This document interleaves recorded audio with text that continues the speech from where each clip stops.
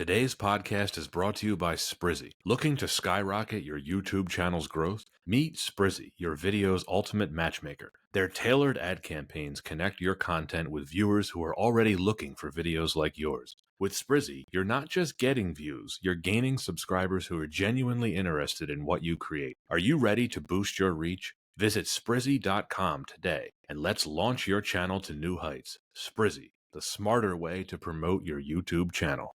Hello, everyone, and welcome to Why Wasn't It Better? I am your host, Patrick Darms. And I'm your co-host, Anton Pross. You sound really enthusiastic, Anton. I'm just, my brow is furrowed as we are about to embark on a very nightmarish journey. Well, this is your fault because you picked this movie. But let's introduce our guest first. Listeners of the show will know this man. He has been on many times before. Garret Ohringer, welcome back. Woo! Hello, everybody. The crowd Well, goes I'm upset wild. to talk about this movie. I'm excited to hang out with you guys for a little bit. So, Woo! Garrett, what would you be your walk-on music if we had like a backing music? probably like Candy Shop by 50 Cent, Okay. I'm really sweet with it, Okay, cool. Yeah. Cool. All right. Well, Noted. yeah. Noted. Yeah, I think that's pretty Solid good choice. too. It is a really good question. Like, I feel like that's what we should be asking people in interviews. Like, if you were like a Major League Baseball player, what would your walk-up music be? Pat, do you have one ready? Yeah, No, let's go right on the spot. You put me on the spot, so I'm going back to you guys. no, I don't. For me, it'd be Stone Cold's theme. Hell yeah, man. Yeah. I like that. I'm not participating in this. All right. Shows how excited we are to talk about this movie today, huh? This is going to be like therapy. Except a lot cheaper. A lot cheaper. Yeah, Anton, I've decided to give this a very special weekend release because this film is so objectively bad, it's not even worthy of a normal release. Yeah. It's a bonus and episode. The gems that this film has in it, which is 0, really do warrant such a unspectacular release. Yeah, we don't have to bury the lead here without even introing this film. Like, I know both of you will agree with me. This is objectively the worst movie we've ever covered on the podcast. I was going to ask, like, would you put like this in the top 3? Is this number 1? Straight This is up? number 1. This is number 1. This is Washington on Rushmore. It's in contention for worst movie I've ever seen. Ooh. Now that's really like a really is. good, like, soul-searching question to ask. Not like the worst critically reviewed movie you've ever seen, like truly the worst subjective, movie. Yeah, like, you've seen. obviously I'm not including all the stuff that you would see on like Mystery Science Theater, but in terms of well-known IP and movies that where people were somewhat excited. Well, look, let's pause on that and we'll get into it as we intro this. But We're just so excited. We're so excited, listeners. yeah, I mean, this was always going to be a movie that we covered, but I will turn things over to Anton shortly after I intro this for us. The film we're covering today is Dragon Ball Evolution, and I'm just going to take that back. We should stop referring to this as a film because I feel like that elevates the material, and this doesn't deserve that. I Kamehame hated this movie. This podcast is not over. You're welcome. On his 18th birthday, Goku receives a mystical Dragon Ball as a gift from his grandfather. There are only 6 others like it in the whole world, and legend has it that whoever possesses all 7 will be granted one perfect wish. When the arrival of a dark force triggers a tragedy, this film, Goku and his companions are propelled into an epic quest to collect the 7 Dragon Balls and save the Earth from destruction. Dragon Ball Evolution was released on April 10th, 2009 by Dune Entertainment, Star Overseas, Ingenious Media, Big Screen Productions, and 20th Century Fox. It was directed by James Wong. The so-called screenplay was written by Ben Ramsey. It is based on Dragon Ball by Akira Toriyama. Starring Justin Chatwin, Emmy Rossum, James Marsters, Jamie Chung, Chow Yun-fat, June Park, and Eriko Tamura. The budget was $30 million, that is $44 million adjusted for inflation, and the box office was $56 million, that is $82 million adjusted for inflation. Anton, this was always on our list of films to cover, but you specifically insisted to me that we accelerate it and move it up our list. Please tell us why. So, dear listeners, if the Dragon Balls are something you use to have your wishes come true, I believe that the Dragon Balls in this movie are more of a form of a monkey's paw, in which my wish that came true has forced an evil upon this world. But having said this, there is no joke about the Dragon Ball franchise and just what that means to just our generation and multiple generations at that. The franchise itself doesn't really need much of an intro. I mean, it is arguably the most famous anime of all time by viewership. The Dragon Ball media franchise has made over $27 billion and counting. They just released another continuation of the anime series. It restarted not too long ago with Dragon Ball Super. It is going strong, and it has always just captivated not only folks in the origin country of Japan, but has made a huge influence on Americans, as well as even during a time when anime was not so mainstream. So it's a very, very important media franchise, something that has really captured a lot of attention. And I always thought, wouldn't it be so fun to talk about those films that really just don't get it right? Because when I think of this podcast and the concept of the pedigree of something like Dragon Ball and trying to make a movie, it's ambitious. And there's missing when the ball is thrown at you and you swing and a miss, and then just utterly shitting yourself at the plate. And then that's this movie. So that's my 2 cents. Pat, anything you want to say? Well, I mean, you said it very well. I mean, I don't even know if it's arguable that Dragon Ball is the most famous manga/anime of all time. Naruto is probably the closest competitor, but I'm going to give the edge to Dragon Ball because my parents knew what Dragon Ball is. My parents know about what, anime? yeah, my parents know what this is, which is really saying something because they don't know anything about anime. Some of my fondest memories from TV in the 90s, probably like a lot of folks our age, this was the first anime that I saw. I had forgotten that it got early morning syndication. So I would watch this before I went to school on UPN 57 or one of those channels. Yeah. And then in 1998, when Cartoon Network first started airing Dragon Ball Z, because I don't know about the two of you, I saw Dragon Ball Z before I saw Dragon Ball. Because I think it came to US TV before Dragon Ball. Yes. And then it was on Toonami. R.I.P. in peace, Toonami. We miss you so much. Miss you a lot. Miss you. So this was my introduction to anime, and it's very important to me. It's still probably my favorite anime of all time. I won't mince words. I mean, what you said, Anton, shitting itself at the plate is correct. I mean, this movie didn't just fail to properly adapt the source material. It sullied its name. It was so bad. It was so poorly received in 2009. It made everyone in Hollywood afraid of anime adaptations for a while. But the craziest thing about this movie. I'm going to stop calling it a film. The craziest thing about this movie is, for as bad as it was, and it's bad, and we'll talk about it, it should have made a sizable amount of money just based on the name Dragon Ball alone, and it didn't. It was a failure at every single level. They didn't market it correctly. They didn't promote it correctly. I wasn't even aware of its existence until a few weeks before its release. I can't actually say that I was excited to see this because I thought the trailer sucked in 2009, and my memory was correct rewatching it for this episode. It's an absolutely horrible trailer. I knew it was going to be bad going into it. It was worse than I expected it to be. I saw this with a group of people from college, and I was in college at the time. And if I had not gone to the movies with a bunch of people, I would have walked out. Yep. Before I turn things over to Garrett, some numbers I want to throw around here. This has a 14% on Rotten Tomatoes. Too high. I agree, too high. Too high. That's more than one critic giving even a slightly positive review. And it has a 2.5 IMDb score, which is, at the time of this recording, the 14th lowest ranked movie on IMDb. Just for some perspective, it is rated lower than films like Jaws the Revenge, Geely, and Cats. Yeah, that sounds about right. Do you actually know what the lowest rated movie on Letterboxd is? Because if you guess Dragon Ball Evolution, you're right. Is it the lowest on Letterboxd? It is the lowest rated movie. Not surprising. I need to build my list of Letterboxd. 3 months ago, which I am using to reference. I'm sure I could pull this data very quickly, but listeners, forgive me. I'm using shorthands right here. It has a 0.9 out of 5 on Letterboxd. 0.9. 0.9, not even a 1 star for the Dragon Ball itself. And Garrett, like the two of us, you're a Dragon Ball fan as well, correct? I am a huge Dragon Ball Z. Hell, I even like Dragon Ball GT. I'll say it. I Okay. don't care. I'll say Nice. it. I like the character design. The story's crazy, but I like the character designs. And Hmm. yeah, I'm watching Dragon Ball Daima right now. And yeah, my wife doesn't even know what's going on or is asking why she married me. And yeah, maybe I'm getting a little crazy right now, but I digress. Now, I grew up on Dragon Ball Z too. I have fond memories coming home from school every day. And there was an hour block on WB Kids from 4 to 5 with Dragon Ball Z.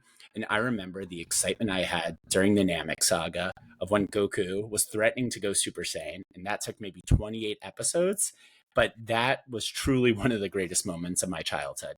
And I think we can all agree we at one point all try to go Super Saiyan or Yeah. throw a Kamehameha wave at our friends when we were around 9 years old. Oh, for sure. I Yep. mean, that's a given. Who doesn't try to go Super Saiyan when they're a kid when watching the show? I had blonde hair that is spiky and straight up too. Listeners, I used to use so much Gotta Be Glued, so I thought I already had the look. And there were many a Halloween that I dressed up as Goku too, just like I do, just like this movie did to anime. Yes, I might have whitewashed Dragon Ball Z too, so I apologize, dear listeners.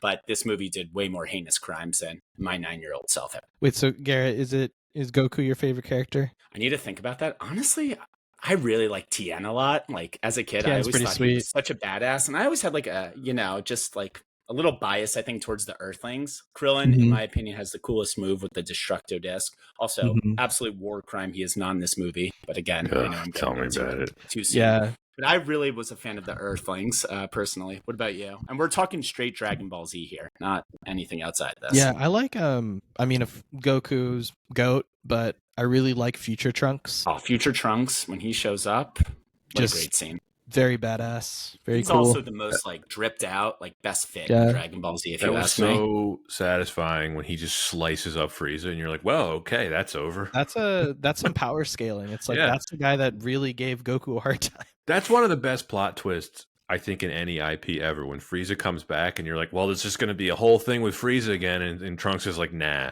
You think that's going to be the whole next saga, next story? Yeah. You're like, this is the next 3 years of my childhood right here. Nope, gone in literally one episode, which for Dragon Ball Z might as well be 1 second of real time viewership. Oh, so true. It's what is it? It's a hyperbolic time chamber of time. Yeah. How many episodes does it take Goku to launch a spirit bomb usually, we would say? Probably, Yes. yeah. 3 But if it we're takes lucky. him around 3 seconds to learn how to do a perfect So- Kamehameha in this movie. 3 if we're lucky, or 1 feature-length film. Or 1 feature-length film. Right. That is very well said. But yes, Tree of Might.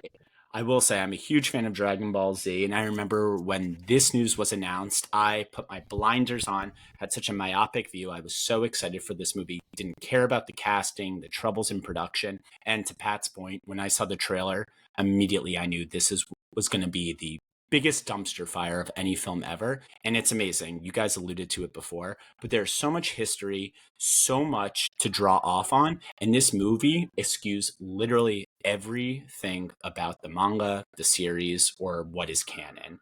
And it's amazing that it's Dragon Ball in name only, but I don't even know if you can say this movie or film, whatever we're calling it these days, can even be considered that, because it uses Dragon Ball as 1 word. The series is 2 words. It didn't even get that right. Very true. Good point. I Holy know. crap! Please tell I'm that's a angry. good I'm point. really heated. They didn't even get the spelling of the title right. Literally, that's like trying to show up for your final, not even knowing what class you're in. Before we get into the production history, my favorite character is Vegeta. Vegeta's pretty badass. That tracks. Just because I just thought he was funny, and when he wasn't dealing with his own ego, he was the smartest character. 100%. Do you have a favorite form of Vegeta? No, I'll tell you though, my favorite thing that I liked about Vegeta is he was in early on the assessment of Gohan's talent. Remember, he spots it out immediately. He's like, this kid is going to be something. And it all pays off hundreds of episodes later in the Cell Saga. When Gohan finally does become Super Saiyan 2 and Vegeta's like, I knew it. And Vegeta is the one who helps Gohan win by distracting Cell at the end. So, Vegeta, man's got a heart of gold under all that ego. Yeah, he's look, we all love Goku, but Goku is not the most interesting character. We agree with that. I will say, and we can totally get onto this topic later, but I would love to also explore what other sagas or characters they should have used in this movie. Like, if we had a blank check to write this movie, what saga would we Ooh, adapt? blank check. Oh, I can answer that question for you right now. Do we want to get into it right now? I am so down for this. Yeah, really quick, and we can talk about it later in more detail. I don't understand why they couldn't just turn the Saiyan saga into a 2.5-hour movie. Couldn't agree more. It could have worked. I think I agree with that. It would be the perfect first film, but I think the most grounded story that could probably have been translated easier because of the appearances of the villains, like less costuming, would have been the Android saga. Just started kind of in media res and just kind of establish what the Dragon Ball universe is, or don't hold the audience's hands and know if they're coming into a Dragon Ball movie, they know the history of these characters. Right. I know it's like it's not your establishing movie, but Yeah, it couldn't be the first movie. It couldn't. I'm with Pat though. I feel like the Saiyan saga, 2-part movie. First one, Raditz, training of Gohan. Yes. Piccolo turning into a good guy, and you can reference all of Dragon Ball. Second movie, Vegeta and Nappa. Sounds like a good 2-part movie to me. Yeah, I see that. I see all the beats. I see all the beats. Disney, give me $200 million. I'll make this for you right now. I'll come under budget too. Does Disney have the rights to this now? Fox made this movie technically, so unless the rights have lapsed. Oh, yeah. I hope they don't. Because Toriyama obviously passed away. What was it, last year? Rip. R.I.P. my king. Yeah. All right. Production history for this so-called film. In the mid-90s, Jackie Chan, who was a fan of the series, had expressed some interest in adapting Dragon Ball into a live-action film. However, he said that it would require, quote, a lot of amazing special effects and an enormous budget, end quote. When asked about the casting for main protagonist Goku in 2013, Dragon Ball creator Akira Toriyama said that, quote, nobody came to mind, end quote, for the role, but if, quote, it were back when Jackie Chan was still young, I suppose I would have thought nobody could play Goku but him, end quote. In 2002, 20th Century Fox acquired the live-action film rights to the Dragon Ball franchise from Shueisha, publisher of Toriyama's original manga series. It was reported that Toriyama was engaged by Fox as a creative consultant. Around the same time, Stephen Chow was approached to direct the film, and although he said he was deeply interested because he is a fan of Dragon Ball, he declined the chance to direct, and instead he accepted a role as a producer via his company Star Overseas. Can I just say really quickly, I would love a Stephen Chow directed Kung Fu Hustle, Shaolin Soccer style of movie for Dragon Ball Z. I feel like just going that zany gonzo way is the only way live action can make sense. Sorry to interrupt. Just want to say No. It's a good point. I hopefully we can remember to talk about this later, because I didn't look into this much, but is this it for live action editions? Are they just done with this after this one? Yes, and technically the rights are still with the Walt Disney Company. Just verified that as well. So it could happen. Could happen. Disney could do it. It could. I think larger studios do see anime a bit differently now. Dragon Ball Cinematic Universe when Kevin Feige into it. Listeners, Pat looks so upset after that comment I just made. There's no evidence they know what they're doing. Fully agree. Thank you for allowing my digression. We can get back on topic now. Robert Rodriguez, Mark A.Z. Dippy, and Zack Snyder were offered to direct but passed. Zack Snyder directing this? That would have been dark. Yeah, no thanks. No thanks. This would have been cool, maybe. Oh god, I don't know. He basically got his Superman movie. He probably would have given the Man of Steel treatment to Dragon Ball. Let's be honest. I mean, Goku is basically Superman. Wait till we cover Man of Steel. That Man of Steel storyline not too different from the Saiyan saga. Shockingly, not that different if you think about it. You want to take a nap, watch Man of Steel. Yeah, not wrong. 20th Century Fox then sent the script to writer-director James Wong, who accepted. In 2007, Wong and Rat Pack Dune Entertainment co-founder Brett Ratner were announced as director and producer respectively, and the project was retitled Dragon Ball, all one word, which is, as Garrett pointed out, wrong. So I guess you could blame that on Brett Ratner? I blame so much of everything on Brett Ratner from the years 1997 to like 2014. Do you remember your first appearance on our podcast where he's basically why Sean Connery retired? Yes, he is a film terrorist. Rush Hour's pretty good though. Rush Hour's fine, but that was young Brett Ratner before he had the power and the ego. Yeah. We're underselling it. Rush Hour's awesome. Yeah, Rush Hour really does freaking Brett roll. Ratner with Jackie Chan in Rush Hour. but we were just talking about Jackie Chan earlier. Is Time of This Flat could have Circle? been, yeah, instead of Rush Hour 2, we might have gone. There's an alternate universe where Brett Ratner doesn't do Rush Hour 2 and does Dragon Ball with Jackie Chan in like 1999. I like to think it would have been better than this. We'd like to think, but we're not going to give Brett Ratner any credit on this podcast. We're not. Okay, we're just making sure. Just making sure. So Ben Ramsey, who admitted to having minimal knowledge of the manga or the anime, was hired to write the screenplay. No shit. His first draft was deemed too expensive to shoot, and he ended up writing 5 additional drafts following notes from the studio. James Wong wrote the last draft, again using notes from the studio, but he decided to remain uncredited as the co-screenwriter. I guess he didn't want full blame. The futuristic cities and flying vehicles were kept in the film.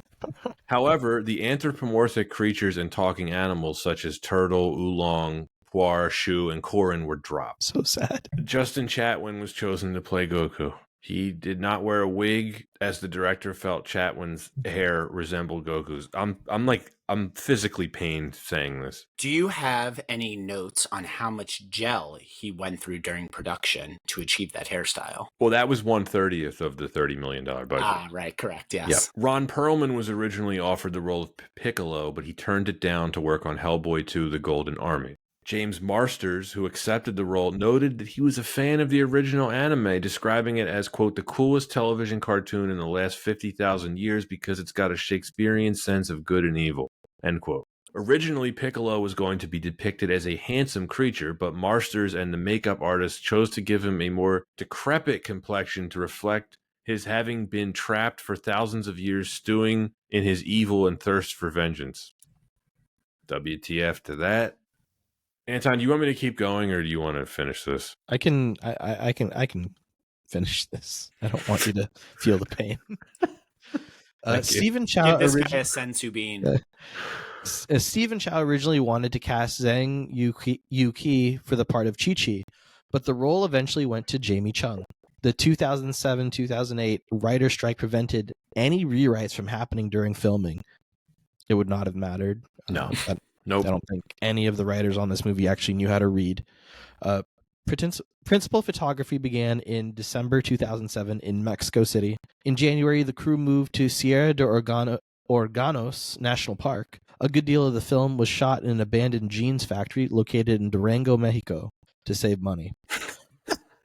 Additional it sounds shooting. like everyone got to go on a good vacation, at least to me. Yeah, they minus got the a jeans tan. factory part of that all, but yeah. Additional shooting was done in L.A. and there was much confusion about the amount of the budget, but we'll get into that a bit later. The film was a financial failure. It made only $9 million in North America, and while it made much more overseas, it did not turn a profit for Fox. We talked about the Rotten Tomatoes and IMDb scores earlier. Garrett shared the Letterboxd score, just utterly abysmal, bottom of the barrel. What else can we say? Sequel plans were quickly canceled.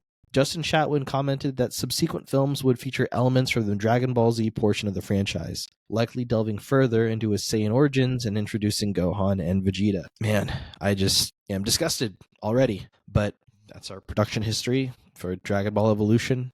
Just stating this again, objectively, this is the worst movie we've ever covered. Yep, that's very, very true. Number one, it's a question. Why was this even made? Now, obviously, they wanted to make money. That's why they make movies. I am more curious about the timing. Dragon Ball had been a very successful series for years by the time that this film got greenlit. What sparked it? You have to probably look at the trends of popular comic book IPs being picked up and then being run into live action. And then this just falls in that same umbrella of, hey, this is a popular IP. Let's put some money behind it and try to make some dollars. I think, yeah, the clearest influence is the Sam Raimi Spider-Mans. That's It's what really I nice saw that they were there's trying any to go for influence. here. Sorry, what was that, Garrett? There's no influence in this film. I'd say probably it influenced the studios. Like, how can we make money? Maybe they were under the influence while making the film. That's true. Also possible. I do think the turn of the aughts was really the explosion of IPs. We had Nolan's Batmans, Raimi's Spider-Mans, like you said, the rise of the Marvel Cinematic Universe coming along too. G.I. Joe had come out the year before that too. So it was a real rush for IP and those big budget films. But we did see a lot of films a la Dragon Ball that were given these kind of mid-sized budgets, but were told to look like they were $300 million films, not $30 million films. And unfortunately, there was no story, only spectacle. And the spectacle of 2010's level CGI, combined with a $30 million budget, is a recipe for disaster, in my humble opinion. It's so lazy. The $30 million, like they just assumed it would make a lot of money based on what it was, and they didn't even put any serious money into it. Like $30 million for this type of IP was an absolute joke in 2009. Yeah, look. We're gonna hate on The Last Airbender, especially when we actually end up covering that film. But at least they spent 150, 200 million on it. They spent real money to try to make it, which is a little bit, I argue, a little bit more embarrassing with how that film turned out. Like, this is like getting a budget like this is just disrespectful to the Dragon Ball franchise. Yeah. Getting a large budget and then doing what they did to Avatar is also disrespectful in its own way. During this time, we also see a lot of movies I think they can kind of coast by on almost goodwill or established fan bases or even just name itself. You know, the producers for a fact thought Dragon Ball Evolution was a guaranteed $100 million box office draw, no matter what script they put in front of them, what designs of characters, what backstory, anything like that, because anybody will go for Dragon Ball. But clearly not the case over here, too. You have to actually write a script and direct a movie and have real producers who understand the source material to do anything worthwhile. We're saying lazy because not just the amount of money they spent, but they hired a guy to write the script who publicly admitted to having no familiarity with the source material. Yeah, it's one of those things, you get what you wish for.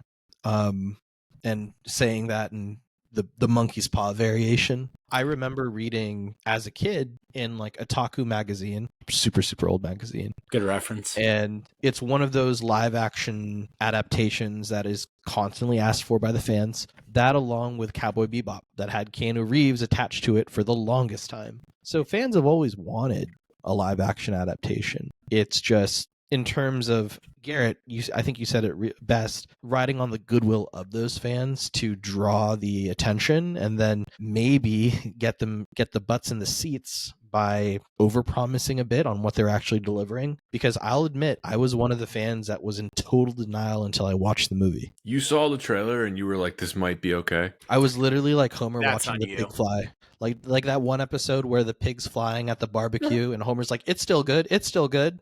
That was literally me until I watched the whole movie and I'm like, oh God. It really is just a slap in the face to just have I'll say it again, all of this source material and adapt none of it. Not even compositing some of the facts, just basically adapting things in name only.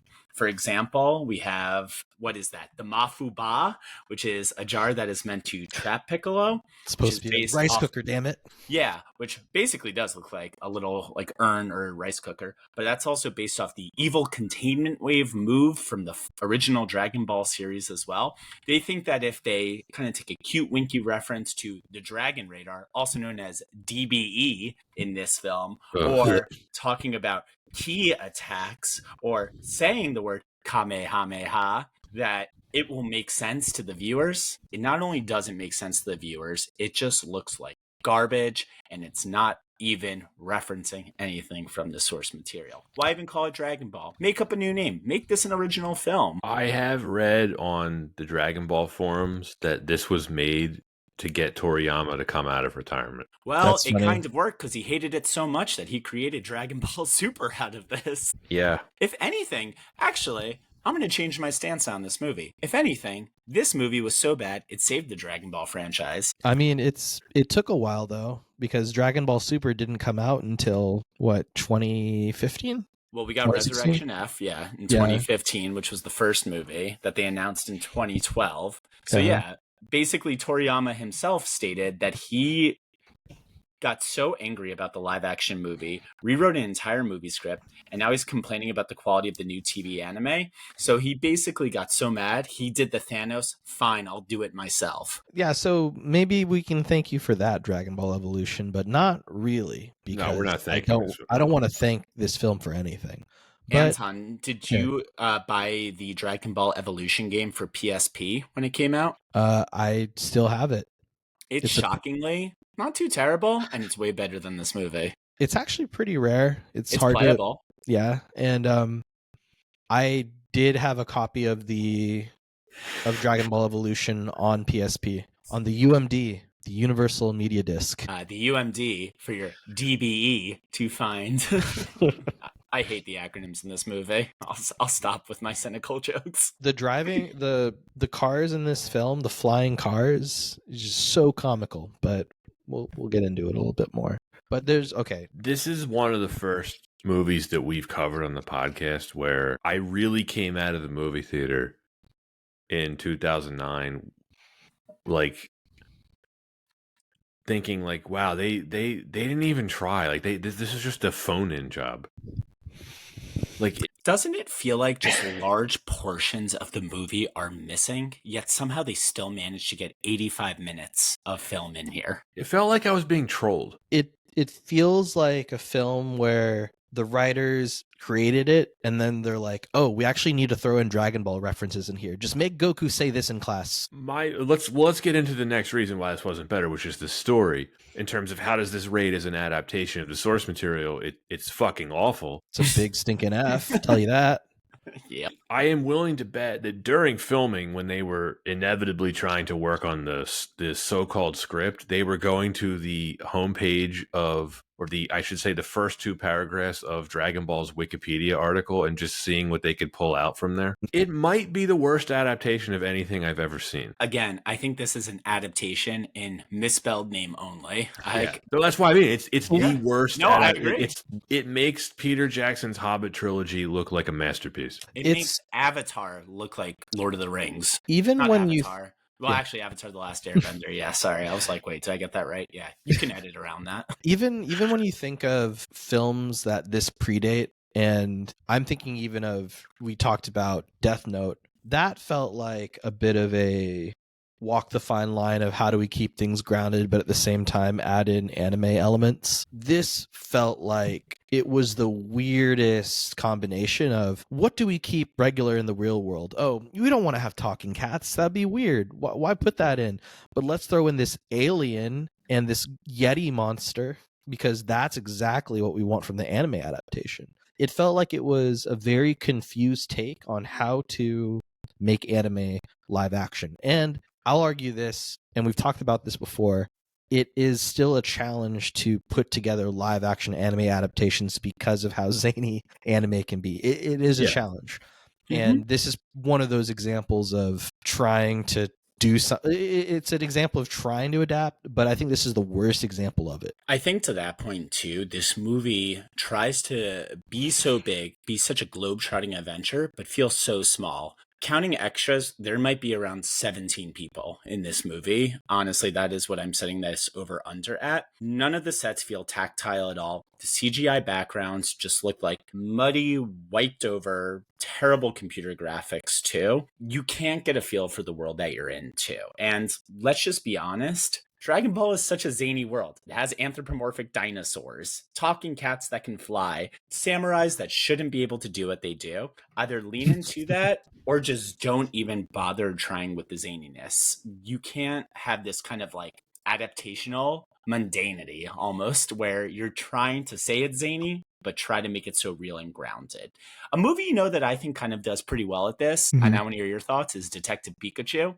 Like, that is a zany anime world that still feels real enough. Yeah, no, I totally agree. I think that's a good call. I think that studios have found, and not only with Detective Pikachu, would love your thoughts on this, the One Piece adaptations are another really good example of, hey, let's embrace it. Let's embrace some of what brings people into the manga and the anime.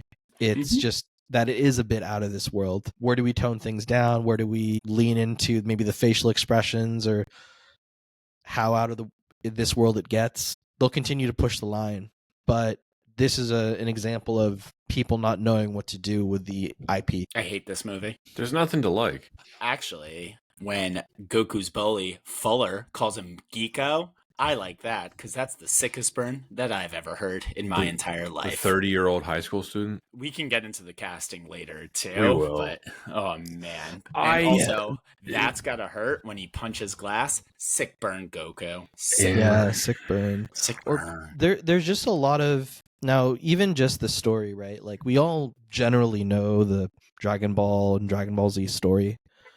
And even knowing that, I feel like the story was still very confusing to follow along because I don't think it made any of the characters' motivations clear, or at least their actions didn't even really support why they're going through the adventure. I mean, Goku's always talking about, I want vengeance for my grandfather, except he doesn't even try bringing him back to life with the Dragon Balls. Okay, at least in the manga, it's Nope. always Grandpa Gohan's wish to be like, please don't ever resurrect me. And they at least say that. But there's no mention of it all. So Goku resurrects the guy he met not even 4 days ago. Yeah, Muten Roshi, the guy. Muten Roshi. Obi-Wan our boy. Kenobi. Yeah. Yeah, I don't even have a Obi-Wan joke. Roshi. I don't even have a joke. He is not even a teacher. He's like, you need to do the Kamehameha wave. This is how you do it. Goodbye. I'm going to bed. Blow out the candles in the courtyard. Very And then true. Shaolin Fat was on the side saying, "Just pay me in duffel bags of cash." Oh my God. You know he was just remembering that paycheck every day on set. When it comes Absolute to waste. adapting this, right? This is one of the harder anime to adapt to live action. I think that there is. You know, Anton, what the previous 2 anime adaptations we've covered, we've done 2, right? Death Note and Ghost in the Shell. Have we done any more? That's about it. The only thing closest is like Final Fantasy, trying to adapt like Okay, yeah. Yeah. But I would say so. Death Note is like 35 episodes. Now, obviously, that the Netflix adaptation was horrible, but they at least tried to adapt the whole thing, which was a mistake, obviously. Ghost in the Shell was a relatively faithful adaptation of the source material, which we didn't like either. Perfectly fine, forgettable film. But with Mhm. Dragon Ball or Dragon Ball Z, it's like, okay, if you're a studio and you're like, we want to adapt this material, it's like, what part? Because this is why I don't really want any other live action versions of this, because I'm not saying that it can't be done, but at this point, it probably should not be done, or at least not in a meaningful way. Like, what are they going to adapt? Which one of the 24 story arcs? All of them? You would need dozens of movies. You could think maybe do a live action series, but all of the stories are iconic. The characters are iconic. I just don't see a reason to try to make this live action at this point. I'll say it again. I think the failures of this film helped clear up what the path should be for Dragon Ball moving forward when it comes to content itself. I mean, the past 2 films, Dragon Ball Super Broly and Superhero, both made over $100 million worldwide too, much higher than this gross, and were both very positively received. So clearly, that's working for them. And I mean, let's face the facts. Studios are still always going to look to adapt live action adaptations for any IP that is an opportunity to make money. And if it's a learning lesson that doing it incorrectly will not yield them the money they want, maybe that does kind of steer us towards a better adaptation in the future, which, as Garrett said, it's happening. We have examples, but I think it is a challenge when you take something that's so well known, where this is a point I wanted to make too. You know, we grew up with Dragon Ball Z, and this movie really takes a lot from the original Dragon Ball series. Now, that series was like, 290 episodes, and as Pat said, multiple storylines. But not only was this film trying to capture some sort of spirit or storyline from the original series, it clearly takes a lot of the story from the Dragon Ball Z series. They make references that isn't in the original Dragon Ball. So there's some conscious decision to include references that is going to appeal to folks that have watched Dragon Ball Z, not just Dragon Ball. So there's already like a mixed identity when trying to make this film. Mm-hmm. Yeah, I mean, let's be honest. This is ostensibly the Demon King Piccolo arc from the manga and original Dragon Ball 2. And that is actually smart to adapt that, because it's easy to not include, let's say, characters like Vegeta, Gohan, what have you, where the mythos of Dragon Ball gets very blown out and way more universal too. But again, it's an adaptation in name only too, and still egregiously omits some of our favorite characters from the manga and the series itself. Justice for my boy Krillin. Such an important character in the series, in the original series. Also, So important.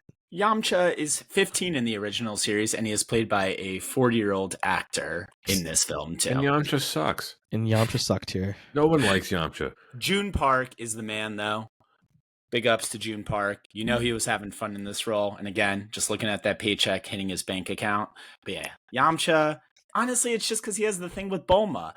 And even in this movie, their romance, they're barely even friends. And then we cut to a scene of him trying to put the moves on her. When did Bulma get so horned up for Yamcha? I got so many questions. Give me a little character exposition if your movie's only 85 minutes long. And then how do they break it up? A really awkward scene where it cuts to like cutting a chicken's head off. Okay. I hate nothing more than the trope in movies where a kiss gets interrupted. And by God, was I so angry seeing it yesterday because I felt it happening. And That was I a scene. apologize, That was a listeners, scene you for that got up. guttural grunt. Yeah, you had to pause right there, and you're like, not anymore. Okay, all right. Just quick kind of like digression on how time and space mean nothing in the context of this film. So from the scene in the volcano where they fight King Piccolo's offspring, Cybermen looking putty Power Rangers things that he has to like bleed himself dry to make, and they are beaten in 10 seconds. This is a run-on sentence, I'm aware.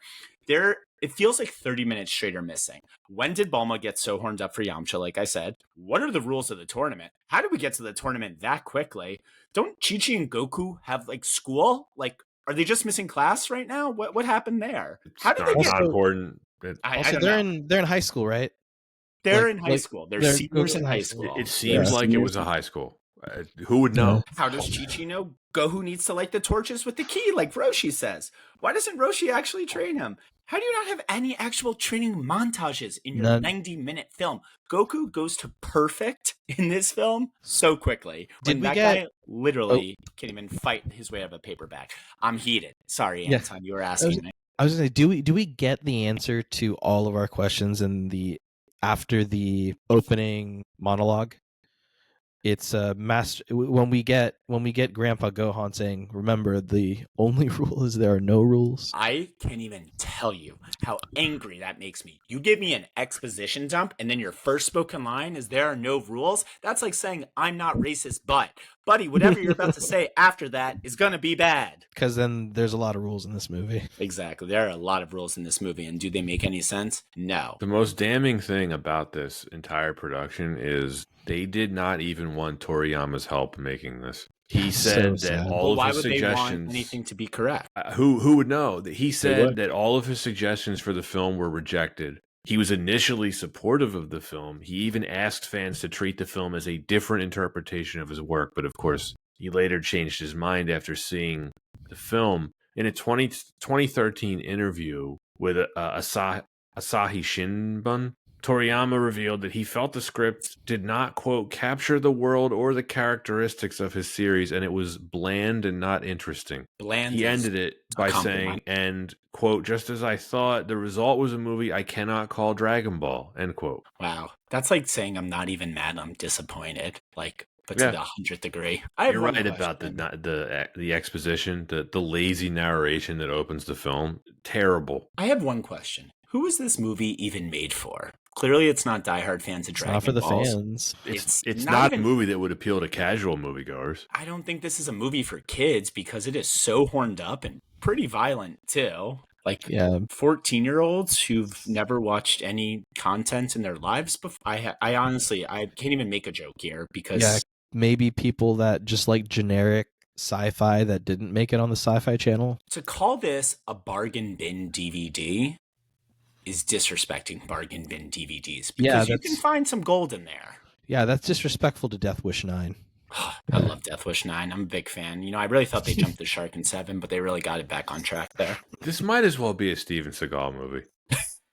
Might as well. Like, Steven Seagal as Piccolo? I'd watch that movie. oh my gosh. Oh man. I'm a Namekian, we're from the demon realm, we're bad guys, maybe I'm a bad guy, maybe they're a good guy, I don't know, what does that mean? I also cook. Zabba, zabba, zabba. That was the wildest thing with Goku in class, just totally lackadaisical. That's a very Goku trait. But then the way they just have him snap back to reality is just almost like he's in a fever dream, spit off about how the Namekians tried to conquer Earth thousands of years ago. Like, being a fan of Dragon Ball and hearing that, you're just shocked. You're like, what? Okay, also, the fact he's calling the Namex evil aliens, bro, they're from the demon realm, number one, and you're being racist to Namex. Yeah, okay? Super racist. Just because they're all technically descendants from the demon realm doesn't mean they're all hellbent on destroying the universe. Piccolo is actually the evil split off from Kami. So you know what, Goku? You're racist. And you know what? You're too horny in class. You need to keep it in your pants. Oh man, I just had can't forgotten how this movie opens. Ooh. The I training forgot how sequence this with Grandpa movie Gohan. existed. The slow-mo sweat falling on the ground. Prepare to eat dirt. Would you rather eat dirt or watch this movie again? I'd rather eat dirt. You both are thinking about this a little longer than needs to, yeah? I have a couple notes here. The dialogue sounds like it was written by a chatbot. Simple is one way to put it. You know what the dialogue reminded me of? And I don't know if it was just the dialogue or it was the mixing. It was like watching a bad dub job from one of the old Godzilla movies. The ADR did not match up with the lip movement in No. around 50% of the scenes. No, you have to wonder like how much they inserted after the fact. They're like, well, we have to change the dialogue because the original script didn't make sense, so let's make it make less sense. I knew the film was going to suck going into it, but for me, it was over within 10 minutes or 5 minutes or whenever his grandpa gives him the Dragon Ball for his birthday, and his reaction is, thanks, Grandpa, and then the scene just ends. We get shitty music from like it's a bad CW teen high school romance show, and I was like, oh no. I mean, I knew that this film had no idea what it was doing with the source material when you get the intro scene with King Piccolo and just have this woman on her knees at gunpoint taking her Dragon Ball and then just cut to her just getting murked. And I'm just thinking, is this supposed to be in Dragon Ball or a scene from Narcos? Because this really feels dark. Again, who is this movie made for? Because this is not a kid's film. I don't think there's an answer. There's no answer. I think it's that's not made actually for the anyone. hardest question to answer. Made by idiots. When he flips up his orange hoodie in school, You know that is meant to be such a little nod, and the producers and costume designer thought they were so clever. They're like, you get it? Huh? You get it? I bet you like that, you little nerd. I still also think that this was at a time where even the writers that we already know that the writers on this didn't know the source material. And I think that this was also during a time when there's a little bit of othering when it comes to any Asian quality, or whenever anything that has Asian topics are written in, it has a very distinct exotic tone to it. Whether it's Grandpa Gohan, the thing that he has to be cooking is like chicken feet and dishes that are going to come off as, the tone is like, this is weird. The quote unquote mysticism as weird. Yeah, and that also put a bad taste in my mouth of like, what are you trying, like, if you're either just trying to make this funny, like I think I get it, but at the same time it shows me that there's no real respect for the source material, because that wasn't something that was important to the original series. have you guys seen the deleted scene where Grandpa Gohan is selling mogwais out of a truck? You know what I don't need to see? Any additional scenes from this film. Yeah, Definitely I'm not. good. This movie was a 2-hour, 85-minute movie. 2010 was just really a banner year in whitewashing of anime between Avatar and Dragon Ball Evolution. In the research for this film, did you guys remember the movie Star Kid? No. It was an American released film for kids where it's just, the concept is this kid finds like an alien like contraption that allows him to become like a superhero, and it becomes like an exosuit. American adaptation, clearly, of a very famous anime Guyver. And part of it is just what qualities you strip away from the original series to localize it. for an audience or what you think is going to appeal to like a Western audience. And I feel like that is also just so clear on screen. But even just stripping it down, it just doesn't feel like it's a film that understands martial arts. It doesn't seem like a film that understands proper story. It just feels very bare. And the worst part is it tries.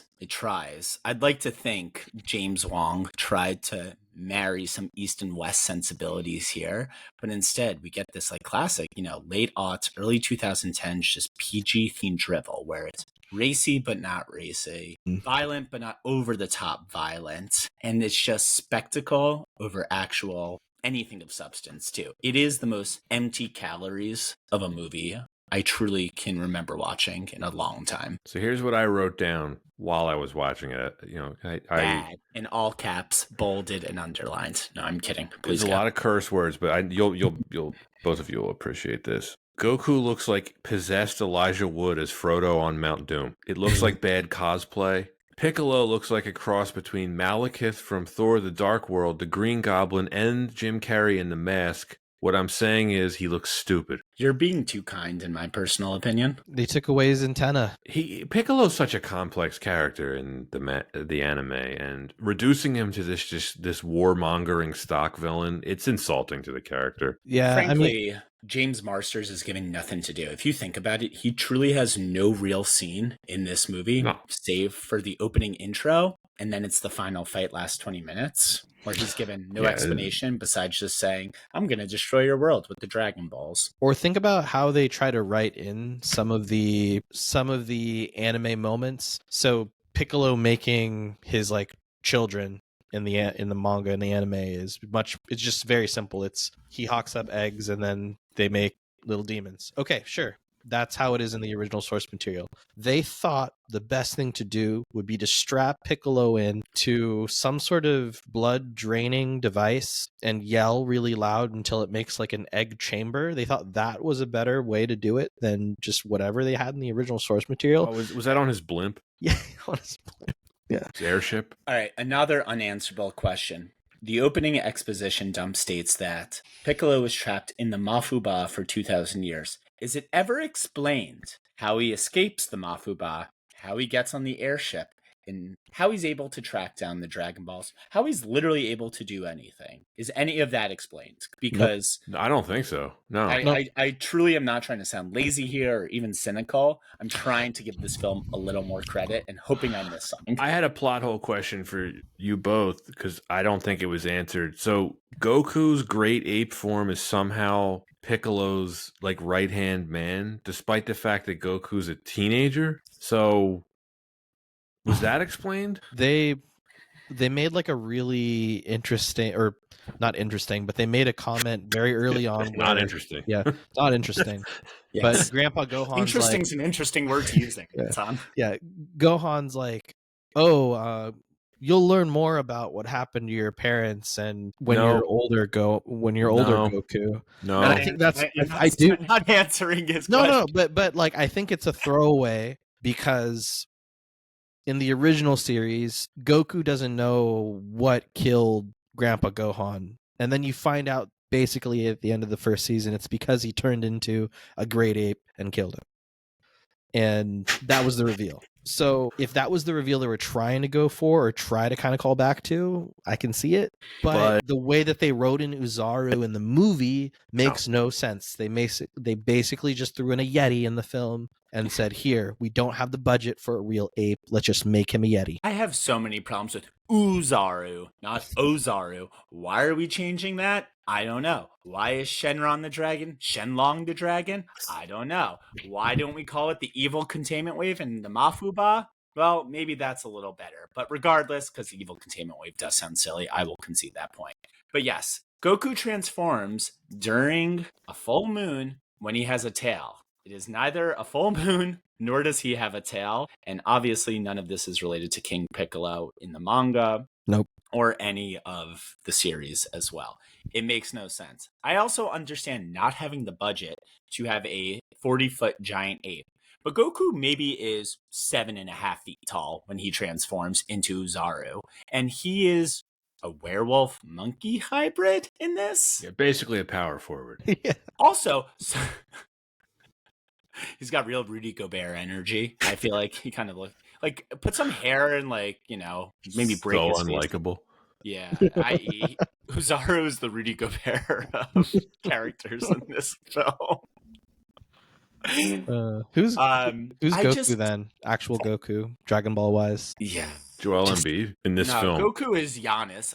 Giannis In this is on film. Dragon Ball. In this In this film? film, Yeah, Joel Embiid, a fraudulent MVP. No, he's like, honestly. Total fraud. is Yamcha Zion? No, Yamcha's like Pat Beverly. He's got that dog in him. Okay, there we go. Who's Bulma? Who's my girl Emmy Rossum? Emmy Rossum got a lot of pep in the step. Lonzo Ball. Yeah. You know, See when she that. shows up, you're like, all right, this movie's got a little verve and some energy now, but, you know, they're never on the court. Never going to take you to the playoffs. Yeah, I agree with that. This is Master good. Roshi's like supposed to be Phil Jackson, but like Nick's Phil Jackson. No, he's like late 90s, early 2000s Jeff Van Gundy when it was time for him to get out of here, All right, let's talk about the cast. if you insist. There is not a single credible performance in the film. Are you saying Jamie Chung of Real World San Diego fame isn't a credible actress? No, she stinks. She loves to talk about how much she loves fighting. I'm a fighter too. One What of a my worst What does fighter. that mean? When I was doing research for this too, one of my favorite quotes she gave in a press junket was, "We really want people to enjoy the movie for what it really is and to come in with an open mind and to understand where James Wong was trying to come from. Regardless of whether or not the fans will agree with it, they will be entertained." No. Ma'am, did you watch any of this? I don't think she did. Girl, you crazy. Girl, you are crazy, but you are a part of one of the best seasons of Real World history, and for that, we thank you.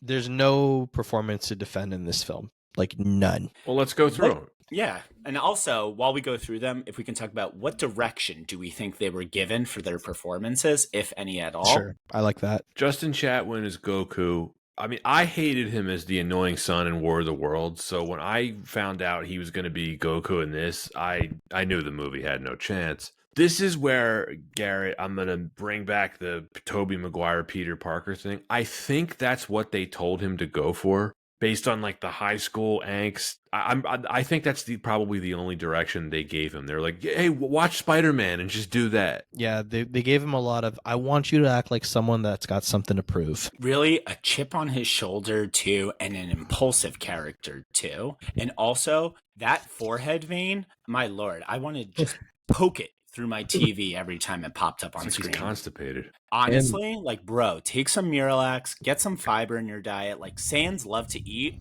Get fiber in your diet, Justin Chatwin. Is it probably the most misrepresented character that you've ever seen adapted? Because what Yeah, it's qualities in the of, conversation. Yeah. He it- has like What what qualities of qualities- Goku are How there? about this? What Nothing. qualities of a character does Justin Chatwin as Goku have?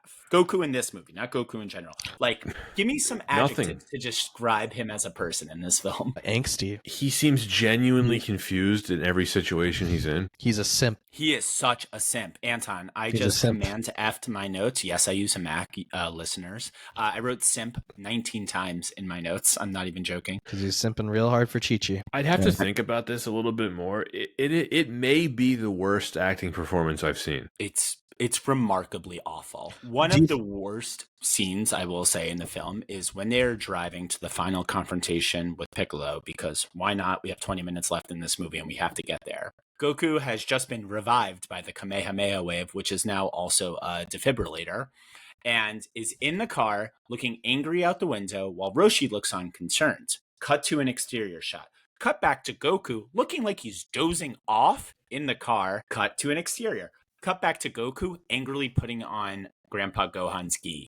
What is that supposed to tell me about the character? There's nothing on his face. There's nothing said. I don't know what he is feeling. I don't even know what he's supposed to be feeling in this scene. He Do you was think this is- murdered. I will avenge him. But before he died, he asked me to find you and tell you that Piccolo has returned. Pretty good impression. Do you think this is overacting? Do we think this is lack of acting? It makes your boy Garrett Hedlund look like an Oscar winner. Dude, it really nope. does. Like, the very rare instances, I'll say, like, Garrett Hedlund probably could have taken any one of these roles and made it, I don't know, kind of a little better. Honestly, Garret Hedlund as Yamcha in 2010. It's It's pretty good casting right there. Yeah. Because again, we are whitewashing every Asian character at Right. this time. Except in for movies. some of them. Right. Except for some of them. Like Chi-Chi. No, Or Master Roshi. Or Ernie Hudson. Wait, what? that's a. Oh, I think, we haven't even gotten to the best part of the cast. oh, Ernie, come on, why? Master Sifu. Master Look, Sifu. Look, I know James Marsters has been very apologetic about this. You know, he's the only one who really seems to have shown contrition for his participation in this, but he sucks. Yeah. And I understand it's not completely his fault and all that other stuff. I get it, but there's no redeeming performance here at all. There He's just isn't. given nothing to do. Like I said, he has the initial exposition dump. Then he spends his entire time on the airship, and then he just threatens Goku with destroying the world. What? No offense to James Marsters, but what can you even do there? It's hard to even blame him as the actor in this situation. Well, then his assignment, I think he's given, is just be evil, do the deepest, darkest, evil bad guy voice you can do, and just do that. Just do that this film. Piccolo looks like my fingers when I'm in the pool for too long. Piccolo looks like the last edamame that no one wanted. He looks like a runt of shishito peppers. You know, like when you get that like one shishito pepper that's like extra, like just extra like gross and wet and like squishy. Ugh, yeah. He just looks like crap. He literally looks like anthropomorphic baby crap. Yeah, and it's so funny how costuming, like just to kind of think about costuming, there's nowhere in the original series that Piccolo ever wore something like this, right? So they decided to take like a very generic sci-fi armor for a character. So that's probably big studio saying this is what's going to appeal to kids. Oh, Anton, I actually know where they got his costume from. They found it lying around in the abandoned jeans factory. Oh, nice. Good callback. oh God. And then whatever, by unearthing it, they unleashed a spell and a curse upon this film, making it even worse than it is. No, that's giving too much credit to the curse. Honestly, do any of you guys have a mafuba to put me away for 2,000 years so I never have to think about this movie again? Let me check Temu. Okay, yeah, I'm sure it's probably on there somewhere. This movie only confirmed that Hollywood had no idea what to do with Chow Yun-fat. Because, you know, he'd been in a few Hollywood movies. None of them are really any good. You know, Bulletproof Monk is a not very good movie. He has a way too small role in the third Pirates of the Caribbean movie that just wasted his talents. They didn't know what to do with him, and it's really a shame because he's one of my favorite actors. But for whatever reason, you put him in an English language film, and I don't know, because his English is fine. It's not a language barrier thing, but they, for whatever reason, did not know what to do with his talents. And as far as I know, this is the last Hollywood movie he was ever really in. He just went back to China because I think he realized that he was just wasting his time in Hollywood.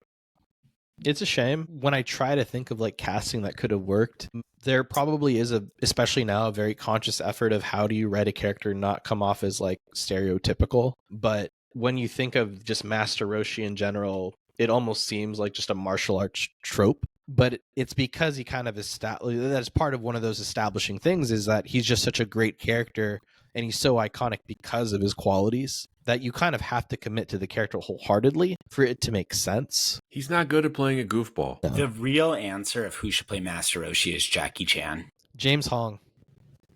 Honestly, James Hong or Jackie Chan, that's the they only would've two killed it. people that immediately come to mind. Jackie Chan would have never lowered himself to this movie. He wouldn't, but honestly, his sensibilities, his goofiness, and kind of like his childlike wonder, but also as an old man, it could work. Yeah, James Hong would be hilarious, in my opinion, too, and would go with the idea of the immortal aspect of Master Roshi, too. Mhm. But yeah. We Chow couldn't have Yun-fat is Krillin in this beautiful. film, but we had to have Master Roshi. Or by name only. There's nothing about him that really... Why can't Krillin even be Goku's only friend in his high school? Honestly, even if it was shoehorned in like that, I would at least be like, all right, you tried. This movie's terrible, but at least you Do tried. they live in the desert? Do they live near the cities? I don't know. Where do they live? It's not Do clear. they, because there's clearly the metropolitan area that they're going through, which felt okay, right? I guess it did feel like Southern California. Now, this is where I think if you're taking the original series of Dragon Ball And what made it so fun was Goku as a kid, as a very innocent, like just super, I don't know, just super naive, innocent kid that just loves fighting and growing over the course of the storyline.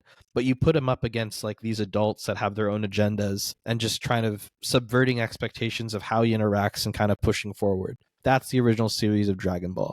You lose a lot of that, what makes the series great, if you age him up so quickly in the beginning, because then all of his interactions with all these characters is just more, you get more CW soap drama versus a unique story that makes the original Dragon Ball so distinct.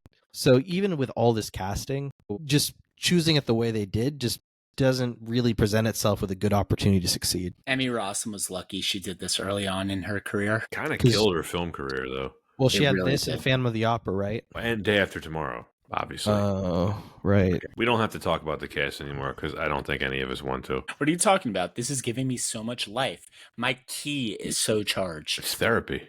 All right, the production. I actually have heard some mild defenses of this film. I've heard people say something along the lines of, well, it's an okay action movie. It's just a bad Dragon Ball adaptation. Completely disagree. This is a terrible movie. It's not just a terrible adaptation. At the 2014 Wizard World Convention, James Marsters revealed that he was misled about making this film. Quote, they told me it was a $120 million picture and that Stephen Chow was producing. And I get to Mexico and it's a $30 million picture and Stephen Chow is just on paper to fool us down into the desert. And they don't even want to pay for the stuntmen to get made up like me, so they never used the stuntman. They just kept putting me up on wires, end quote. So disrespectful. I just imagine him being in wires in that full Piccolo getup, just with such a scowl on his face. He says he hurt his back from it, too. What, from trying to carry this whole film? Because I mean, wasn't really given an opportunity to do that either. We talked about the budget already, but it is really insulting to the source material that they didn't fork out real money and try to do this justice. Like, you know, you may not like the Rings of Power series that's on Amazon right now, but at least they spent $1 billion to try to make it. $30 million in 2009. It's just a joke. For this, it's I can't believe the Dragon Ball. This was the best attempt we got at a Dragon Ball film. It just didn't take it seriously. Like No. It's all I can take from it is you get a budget like that, you treat actors like this. This was an afterthought of a movie. It is really interesting too, because I feel like this is right at the end of the bell curve where we kind of had these mid-budget superhero adaptations, and I feel like it really culminates next year with Ghost Rider Spirit of Vengeance, which had a $57 million budget, and my lord, that movie looks just as cheap in my opinion as this movie too. Think about kind of the mid-2000s. We had movies like Elektra that had a budget of around $50 million. The Blade movies obviously had bigger budgets as they went on, but that's kind of an example of where a smaller budget can be used more effectively, albeit it was filmed in the real world. But I think you kind of can understand what I'm trying to say over here. Yeah. A lot of people think they could kind of get away with these big budgeted ideas at these mid-level budgets. I feel like, though, I'd argue that the Elektras of the world, the Ghost Rider Spirit of Vengeance, you still make movies like that from a studio perspective with an understanding of how to kind of create like a factory film, understanding the story beats of adapting like a U.S., again, a U.S. property versus you can't really comprehend, or we can't really comprehend how hard it was for these studio elites to take this story and try to adapt it for live action, because it seemed like they just really couldn't get it. Again, the movie fundamentally doesn't even understand the source material at all. Like, we can honestly just distill it down to this point too. Dragon Ball Z especially, let's just kind of use that because I think that is probably the most popular of all of the Dragon Ball series too. It was about a guy who was already a hero and a developed warrior and just strives for perfection and to constantly get better. But this movie is about a regular guy finding his way in life and becoming the white savior of the film and becoming perfect without any training or really uphill battles or just any real challenge to kind of defeat before realizing his hero. Yeah, you're right. Very, very well put, Garrett. Yeah, Thank you were very talking much. about the CGI earlier. You can tell it was shot in a jeans factory. It is some of the worst green screen from that era. There's a lot of shots where the foreground does not match the lighting in the background. It's like they just pasted stuff on top of other shots at the last second. You can tell. The worst part of the film for me, Shenron's reveal, it should have been this epic, awe-inspiring moment. And instead, some of the crudest CGI of its era, it looks like it was animated with crayon. It looks worse than the original cutscenes made for Tekken on the PlayStation 1. That's honestly what it reminded me of. That's such a perfect reference, Anton. And it hurts my head to think that probably was where a decent amount of the budget went, is just in the effects in this film.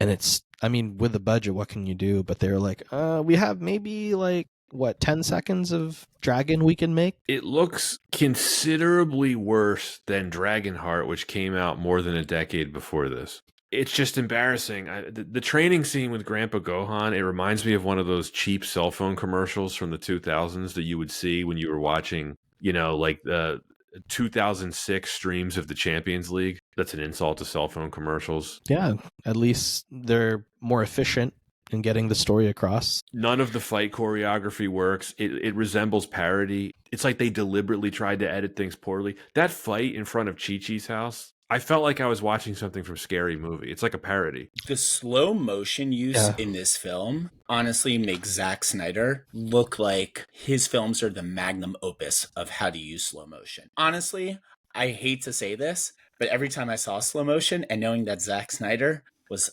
very tangentially attached, I hate how that's the part of him that still kind of stayed with this movie too. It is some of the worst physics I have ever seen in a movie. When one of Goku's bullies punches the glass and the glass takes maybe a full second to actually break and just instantly shatters in slow motion, and there's no blood anywhere too. Nope. Using the Kamehameha to propel himself towards Piccolo too. Nope. That's Kamehameha looking like a Hadoken fart?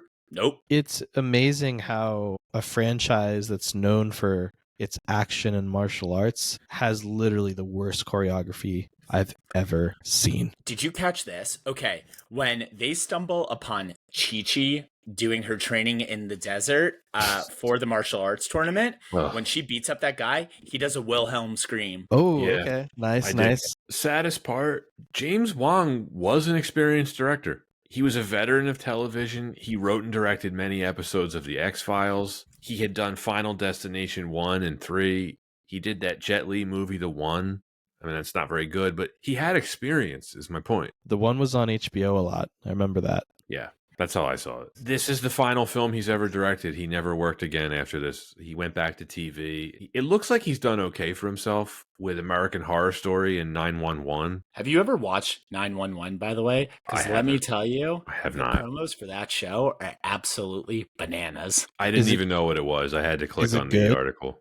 Is it good? So it follows, a group of 911 operators and responders. But let me tell you, what they're getting called for is some of the most crazy ideas ever. One of the promos for the first episodes, they are at a kid's birthday party, and they're on a bouncy castle that is precipitously close to a cliff, and it's during strong winds. The bouncy castle gets blown off the cliff, and that's the promo, and it's the 911 people responding to that. That's like episode 2, and they're on season 20 right now. Is this show a comedy? Is it a drama? What channel is this on? Fox. Okay. That's amazing. And Connie Britton, I'm pretty sure, was the dispatcher too in the first few seasons. There's one, a straight up cruise ship is sinking. All I have to say is, do yourselves a favors, both you, Pat and Anton, and listeners, just go on YouTube, look up a compilation of some of the accents that happen in the show. Great YouTube viewing experience. All right. Well, I'll definitely have to check this out. That sounds way very more interesting and entertaining than this. That was literally my escapism from this moment of thinking about this film. So thank you. You're welcome. It sounds like it's just as entertaining as the David Caruso compilation of all the one-liners that he used in CSI Miami. Oh, that's fun. Really? Is he dead or is he not alive? I love network drama. They got away with theft, but they won't get away with murder. Dun, dun, dun. Wow! The Who music kicks off. Yep. Coming to CBS this fall after NCIS. Scorpion. Yeah, I mean, this film was so bad, it ruined people's careers. James Wong never directed another film. Ben Ramsey has not written another film as of this recording. He has publicly apologized for his participation in this as well. Emmy Rossum struggled to land more roles. Eriko Tamura would never appear in another film again. They literally stuffed Justin Chatwin in the Mafuba. I was gonna say, what's he doing? I think he has about another 1,800 years. We're right on the money here with the time. Can we wrap this up? Does anyone have anything to add? No. No. We can I wrap got all up. my I didn't jokes think and so. cynicism out. Garrett, as the guest, you always have the choice to go first. Well, I'm going to go first. And listeners, let me tell you about my feelings for this movie if it wasn't abundantly clear in the past 88 minutes. I loathe this film. This made me ashamed to like Dragon Ball, Dragon Ball Z, Dragon Ball GT. Honestly, I want to be stuffed in the Mafuba. I talked about this already. This is truly a slap in the face to not only fans of Dragon Ball Z, or anything surrounding the manga and show. This is a slap in the face to anyone who likes movies and entertainment. This is 90 minutes of my life that I'm never going to get back. And honestly, I don't have anything else to say because this movie doesn't deserve any more breath than I am giving it. F. Done. Wait a minute, Garrett. It's F minus, right? I mean, it's. Oh, sorry. F minus. Yeah, I mean, it's. You texted me before that you could give it a lower score, a Z. I give it a Z for Dragon Ball Z. I put a lot of thought into what I'm about to say because I didn't, clearly. I was personally offended by this film. It is objectively the worst film that we've covered on this podcast so far. Although, Anton, we'd be hard-pressed to find something worse than this. I mean, maybe we will end up doing something worse than this, but it'd be tough. I still think that Avatar, The Last Airbender is going to be a runner-up. It's close. It's very close, but you're right. It's going to be hard to find a film quite like this. This movie was doomed before they even started filming it. It was made on the cheap by people who knew nothing about what they were adapting, and they never thought to involve the creator. It was phoned in every way imaginable. The end result is exactly what you would expect from that formula. A steaming pile of shit that deserves its reputation as one of the worst movies ever made. There are no redeeming qualities to this whatsoever. It is objectively terrible. It is almost entirely unfaithful to the source material, and the creator of the series has publicly condemned it. On top of disrespecting the source material, it is poorly acted, it is poorly written, it is poorly paced, it is poorly filmed, with inferior special effects and boring music. The action scenes are lackluster. If someone wanted to have this movie arrested, I would help them do it. If someone started a petition to have all copies of this movie destroyed, I would sign it. This movie deserves to be seen by no one. It is called the United Nations bad. It is a crime against humanity. There was a murder committed in 2009 and the victim's name was Dragon Ball. It is a complete waste of time. It's not worthy of the name that it's associated with. If my kids ever ask to watch it, I'm going to say no and spare them. Dragon Ball Evolution is a total failure at every single level. I don't have enough bad things to say about this film. It is an F minus. It doesn't exist to me. There is no possibility of me ever rewatching this again. And if anyone listening to this episode, if you've gotten this far and you're curious about this film, don't watch it. It is not worth your time. I stand by what I said very early on in this episode. There are films that strike out at the plate, and then there's this film that shit itself at the plate.